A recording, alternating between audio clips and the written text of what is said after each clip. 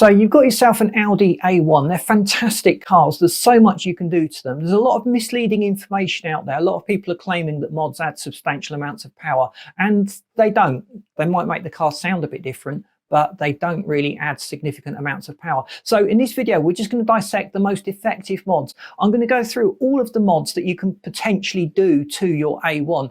I'm not going to focus too much on specific engine mods because there are quite a few different engine types fitted to the A1, and I have done specific engine videos that go into a lot more detail than I can in this video. So my intention in this video is just to give you an overview of what's possible, which mods work and work effectively, and which ones you should avoid on your Audi A1 in order to get the best performance from it without spending too much money. That's always the key, isn't it? Balancing the budget and getting as much bang for your buck as you can.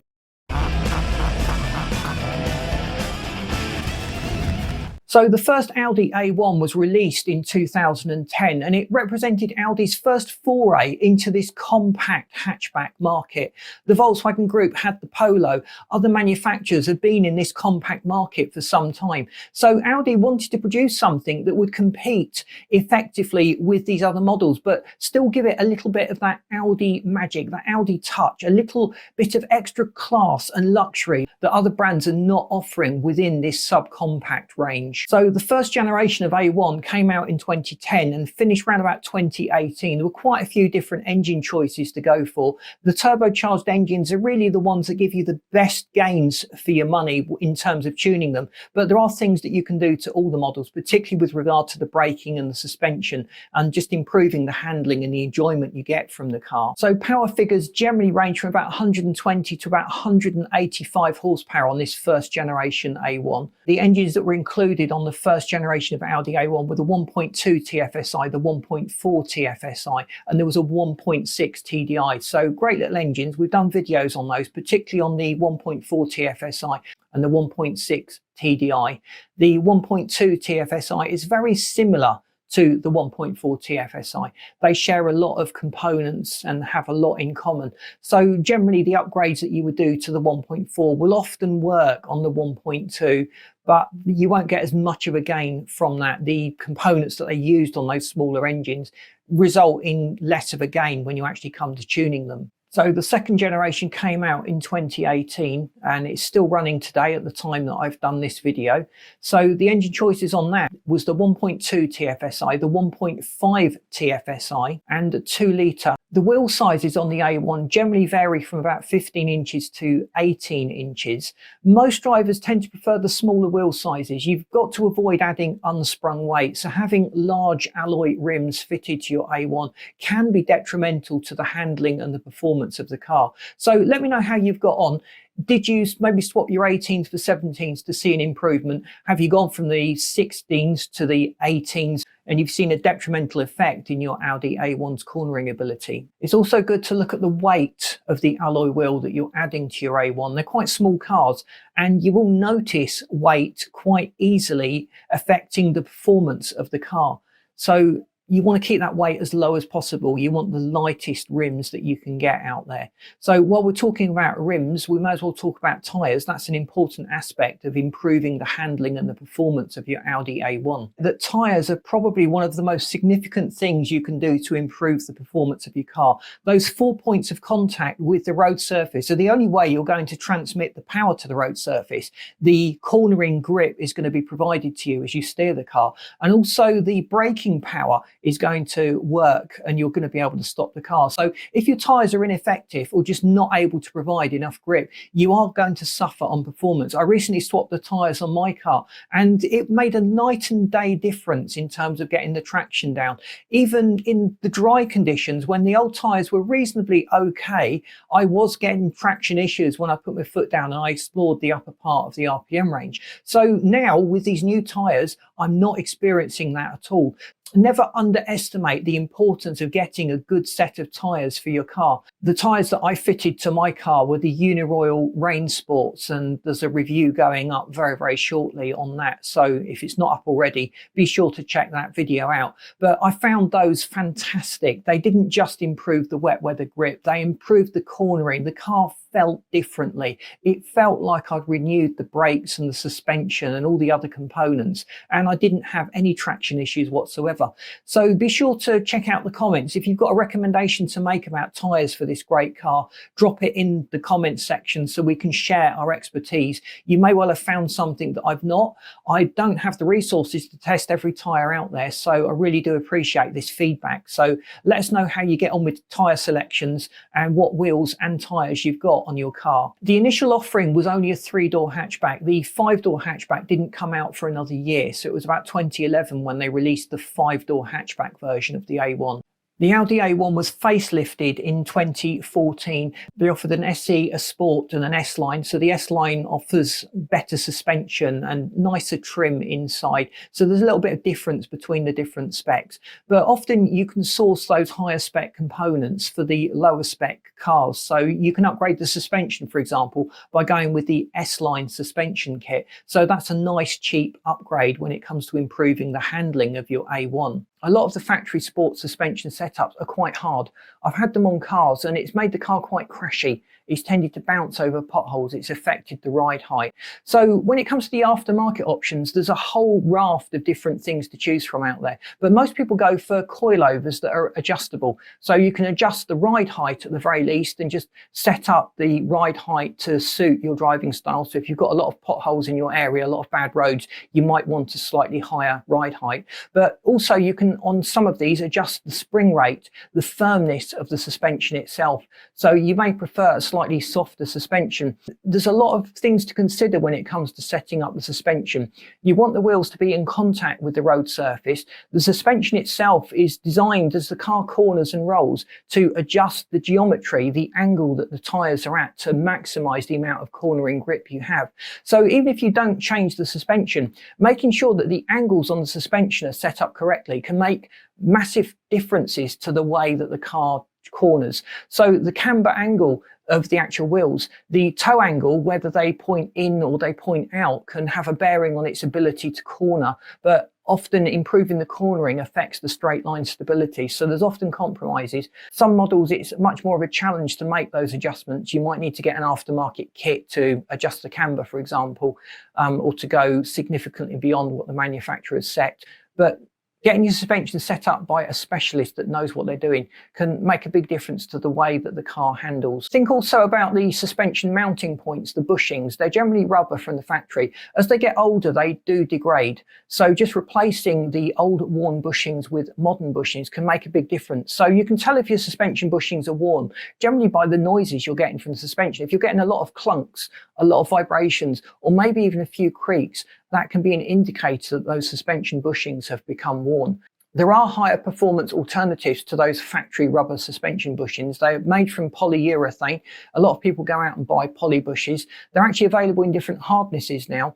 So you might think just going with the hardest one you can is advantageous and will give performance benefits. Well, it will certainly tighten up the suspension, but you will feel every shock and jolt and bump. You'll get a lot more vibration from the road surface. So going for slightly softer suspension bushings can really pay dividends in terms of comfort. And I know that you're not doing your car mods for comfort, but having the car run smoothly over the surface of the road when the road is bumpy can actually improve the cornering and the traction. Whereas if it's skipping about, that can dramatically alter the car's ability to corner and stick to the road surface.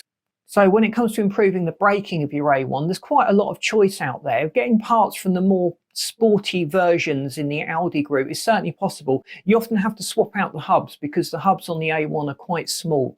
So going for cars like the A3 and the A4 are obvious choices for a lot of people because their brakes are slightly bigger. Check that the size actually fits within the rim, but you do need to be careful that they do mate to your particular hub. So check out the PCD. So if the PCD matches on the donor vehicle and on your vehicle, the chances are that that brake swap is going to work. There are aftermarket kits out there. Don't expect massive gains from a brake upgrade. Just choosing a decent set of pads will make a big difference. If you've got cheap pads on there, you're probably experiencing far worse braking than is actually possible. So I tend to use the Pagid on mine, but there's lots of other brands out there. A lot of people rate the green stuffs as well, and even the red stuffs and yellow stuffs. But you've got to be careful choosing brake pads. There's obviously a lot of debate out there with brakes. A lot of people have this conception that big brakes, big discs and big pads will stop the car much more quickly. But in the real world, that's not always the case when it comes to brakes. So larger brakes will generally allow the car to stop more effectively when you've done repeated stops. So on the track, you're using the brakes a lot. There's a lot more heat going into them. They're stopping the tyres rotating. It's the tyres and the grip you have that determines the speed at which the car stops, far more than the size of the brake disc or the pad. So there are some instances where larger brake discs and larger pads outperform the factory setup, and you do get shorter stopping distances. So most people though would just see a benefit by changing the pads, the friction material that is actually used. So just changing the pads can actually sharpen up the brakes. A lot of those budget pads are very inefficient. They don't bite very quickly, but be careful. Competition pads need to be hot in order to bite. So a competition or a race spec pad generally has a much higher operating temperature. So they will get hot very, very quickly when you apply them, but they won't bite from that instant they first go on like the factory fitted OEM ones will. So take that into account. There's various low brake dust formulations that keep the alloy rims nice and clean. And there's various different grades of friction material, but generally those budget long life ones should be avoided. They're not great options when it comes to stopping the car. I've done other videos that discuss brake upgrades in more detail, and that'll just help you to determine which brake upgrade is appropriate for your car. But it's a significant mod. A lot of people think about it, and as your brakes start to get old and start to degrade, a lot of people look to replace them with something that's a little bit better. So remapping the A1 is a fantastic way to increase the power and the flexibility. It's probably the single biggest and most effective mod that you can do. So any of these engines with the turbocharger, on the petrol versions, you'll see about 20 to 30% more power. On the diesel engine, you'll generally see about 30 to 40% more power. But there are often economy options which give a little bit more power, but better fuel economy. So you can certainly get that map or that tune tailored to suit your particular driving style. So I've done quite a few videos on remapping or tuning the ECU. The ECU is the computer inside the engine. It's controlling everything to do with the way the engine burns the fuel. So diesel engines and gasoline engines have very, very different setups. They work completely differently. Check out the video on the differences between the two if you're not sure. But the ECU itself is controlling generally the fuel delivery, the timing of the air. If it's got a turbocharger, it may well be controlling the boost on the turbo.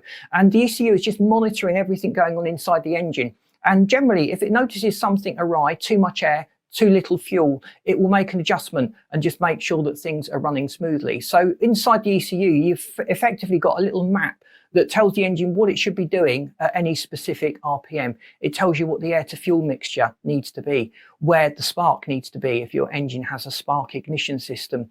There's so many complexities that go on inside the ECU. But with a turbocharged engine, the scope is phenomenal for just increasing the power by changing the tune inside the computer. So for most turbocharged petrol, gasoline or diesel powered cars, you're looking at about 30% more power. Now that's effectively a free mod, a free upgrade. Manufacturers have dialed back the power to meet emissions regulations, conform to the local requirements of the maybe poor quality fuels. The owners are not going to maintain their cars that well, so they have to build in a big safety margin to cope with bad maintenance, dirty plugs, a clogged air filter, that sort of thing. So there's a lot of scope there for just improving what the manufacturer has done. So will that necessarily increase the emissions? Well, it doesn't always. You can make the engine more efficient. You can work to tighter sets of parameters, reducing the fuel consumption and also getting more power from the fuel that you're using. So the theory is that you use less RPMs to get a higher power figure. So if you drive accordingly, on a lot of situations, particularly on diesel engines, you will see better fuel economy after the engine has been tuned or mapped. Gasoline engines are slightly different. You don't always see better fuel economy on those, and most people will tune an engine to get the maximum performance.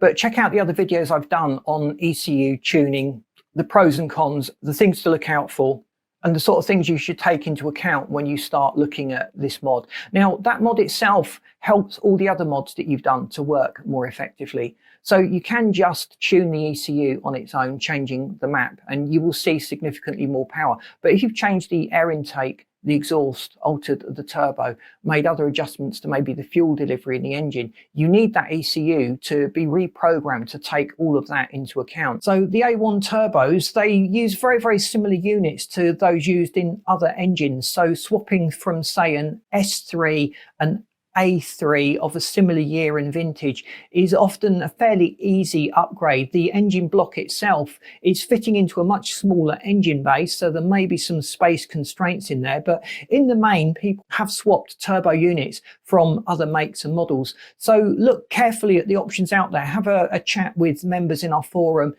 Drop in the comments if you've done a successful turbo swap on your Audi A1 engine and any problems you encountered, so we can just pass that information on. I've got other videos coming up that go into more detail on these turbo swaps on these Audi A1 engines, so be sure to subscribe to the channel so you don't miss out on those. So turbocharger upgrades are obviously going to add a lot of power. The turbo is that thing that is compressing the air, allowing more oxygen laden air to get into the engine.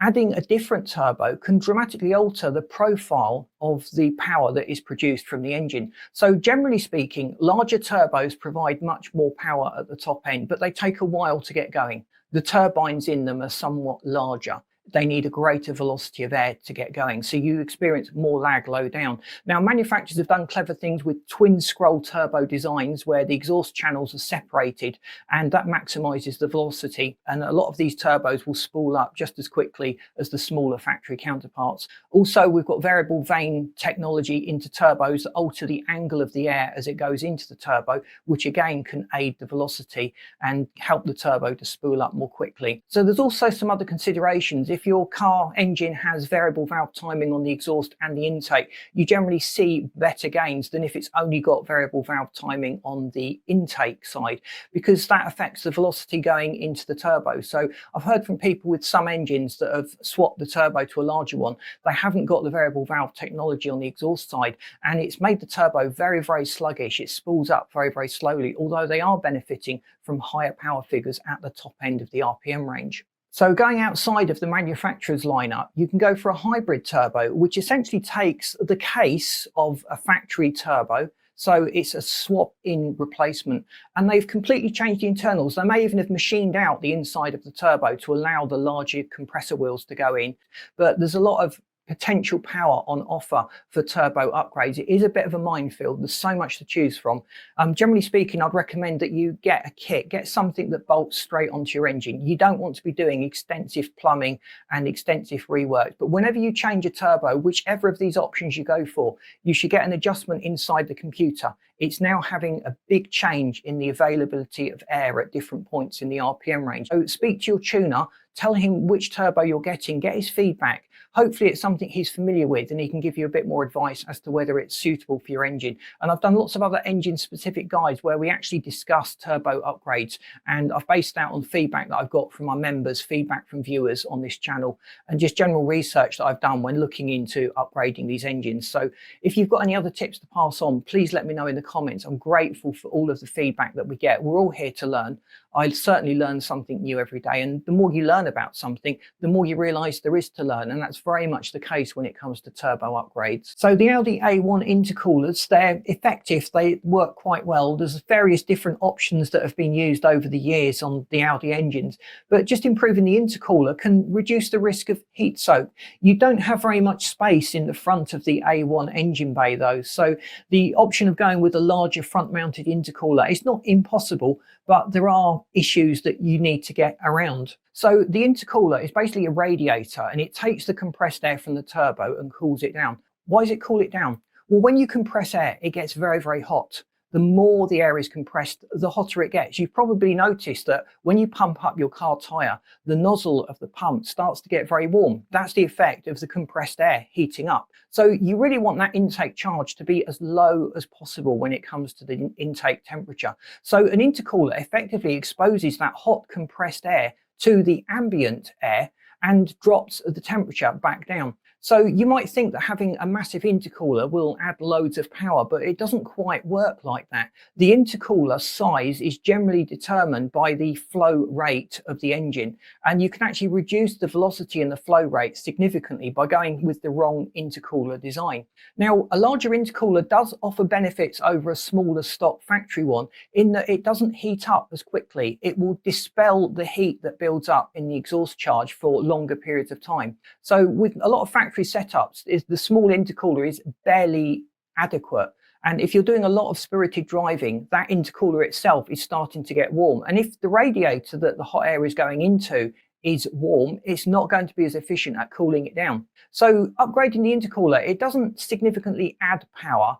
It stops you losing power in that situation where the intercooler has started to get warm itself. So resighting the intercooler, some engines have intercoolers mounted at the side, some they have a water-cooled intercooler where the water is then channeled to the front of the car and cooled down. So just changing the routing, aiding airflow through the intercooler itself can all help to reduce those intake temperatures. A lot depends on the engine you've got and the style of the engine bay of your car and how much scope you've got of maybe adding a larger intercooler at the front. But generally speaking, the front mount intercoolers perform really well. They're relatively cost effective. The downside is the long runs that you have in pipes to feed them. So that's why a lot of manufacturers have a water mounted intercooler mounted quite close to the engine. It's easier to pump the water around than it is to get the air charge moving around the engine bay. And they then expose that water to the ambient air temperature, which reduces the temperature of the water, which is then passed on to that intake charge as it goes into the engine.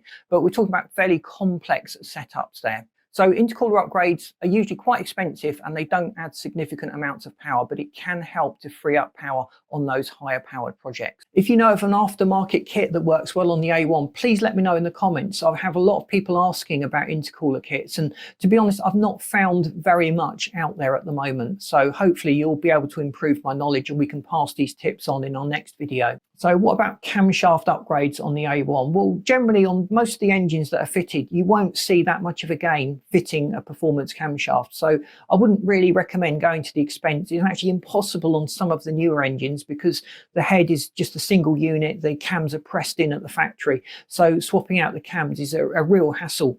Keep an eye out for the different types of engines. So you may have a 1.4 TFSI, but some Audi A3s, for example, will have the 1.4 TFSI with dual variable valve timing on the exhaust and on the intake. And that can make a substantial difference to the way the power is delivered. Swapping an engine from, say, an A3 into your A1, it's the same block, but the components they've used actually help you to make that little bit more power, just make the engine a little bit more flexible. So overall, the A1 is a fantastic project. It's a light car. It responds very well to any tuning that you do. We don't want you to be wasting money. So some of the mods that don't work that effectively on the A1, particularly on a stock A1, are induction kits and sports exhausts.